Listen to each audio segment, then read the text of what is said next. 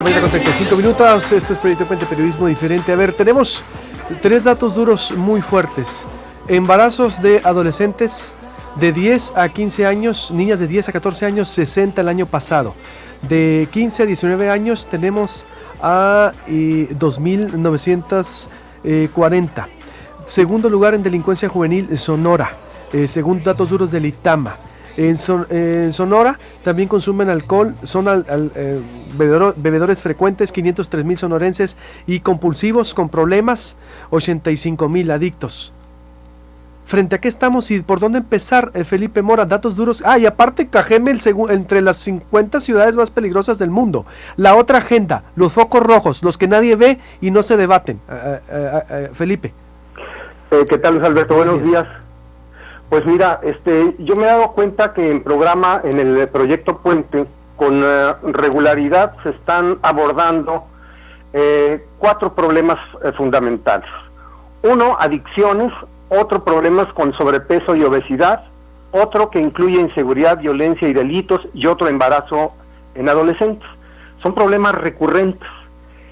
Normalmente aparecen en tu programa como notas periodísticas porque hay un dato que estremece, por ejemplo, pero una vez que ya pasa el furor de ese dato, se vuelve a enterrar y la vida sigue. Entonces yo creo que este asunto debe de tener otro tratamiento, porque en primer lugar, bueno, sí hay una serie de encuestas que se han hecho y diagnósticos muy importantes que nos revelan cuál es la situación, y lo que estamos apreciando es que la situación, cada vez que aparece una nota así, se revisan las cifras estadísticas, la situación va empeorando. Entonces, bueno, ¿qué es lo que está ocurriendo? Sobre todo si uno sabe que hay programas, que hay instituciones que están dedicadas a atender estos fenómenos. Ayer me puse a revisar el Plan Nacional de Desarrollo y hay 2 programas sectoriales muy importantes que estarían dando respuesta a estas preocupaciones que tú formulabas y que formulaban también Pedro Tonela y María Elena Carrera, y además de la participación del público. Una de ellas es el programa sectorial de salud. En ese programa sectorial de salud hay una serie de estrategias, y a mí me llaman la atención en particular 6 estrategias que tocan o deberían tocar, y supongo que se tendrían que estar abordando con programas, los siguientes puntos. Rápidamente los voy a leer. Es primero, en la estrategia 1, en el programa sectorial de salud, es promover actitudes y conductas saludables y corresponsables en el ámbito personal, familiar y comunitario. Para ello hay 9 líneas de acción. Hay otra estrategia: instrumentar la Estrategia Nacional para la Prevención y Control de Sobrepeso, Obesidad y la Diabetes. Otra más: realizar acciones orientadas a reducir la morbilidad y mortalidad por enfermedades transmisibles de importancia epidemiológica o emergentes y reemergentes, digamos la tuberculosis, riqueza, etcétera. Otra más es impulsar acciones integrales para la prevención y control de las adicciones, que es el tema que ahora fue tocado. Otra más es incrementar el acceso a la salud sexual y reproductiva, con especial énfasis en adolescentes y poblaciones vulnerables. Y una más es fortalecer acciones de prevención y control para adoptar conductas saludables en la población adolescente.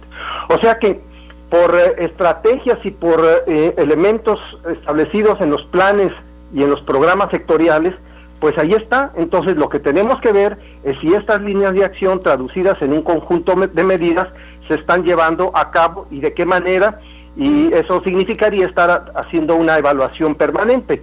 Digamos, si las cifras que se nos están dando nos indican que la situación va empeorando en algunos rubros, en otros quizás se va aminorando, pues entonces es importante, por una parte, difundir qué proyectos o programas han tenido resultados alentadores, de tal manera que se puedan promover en otras localidades. Pero ocurre que el programa que a veces funciona en una localidad no funciona en otra, por eso hay que estar haciendo una evaluación permanente y modificar las estrategias de los diagnósticos.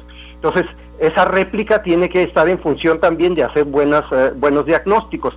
Hay que involucrar también, así lo establecen en las líneas de acción de estos planes sectoriales, a las organizaciones civiles, universidades, etcétera, ofrecer alternativas de integración a los jóvenes y adolescentes. Y hay algo que a mí me llama la atención. Yo creo que hacen falta espacios de expresión para jóvenes y adolescentes donde se escuchen sus ansiedades, deseos, aspiraciones, frustraciones, porque normalmente la sociedad adulta le está diciendo cómo deben de portarse, qué deben de hacer, qué no deben de hacer, los castiga. Por ejemplo, el día donde intervinieron Pedro y María Elena, por ahí alguien manda un mensaje y dice, lo que hace falta es la chancla voladora. Es decir, esto es reducir la complejidad del problema. Imagínense que si fuera la chancla voladora, pero entonces después de la chancla voladora es el garrote, es la violencia contra otras manifestaciones. Bueno, pues lo que nos está mostrando eso es que efectivamente no es por ahí la salida, ¿no? Finalmente esto es una situación compleja porque están implicados varios aspectos. Por otra parte, hay un programa nacional de seguridad pública que María Elena debe de conocer muy bien, y hay un planteamiento de estrategia de seguridad pública donde se incluye, fíjense, estos elementos: prevención del delito y reconstrucción del tejido social, justicia penal eficaz, que es algo que ya hemos tratado acá, de que la gente no va a denunciarlo, pues porque simplemente no sirve de nada denunciarlo, y hay una cifra negra enorme.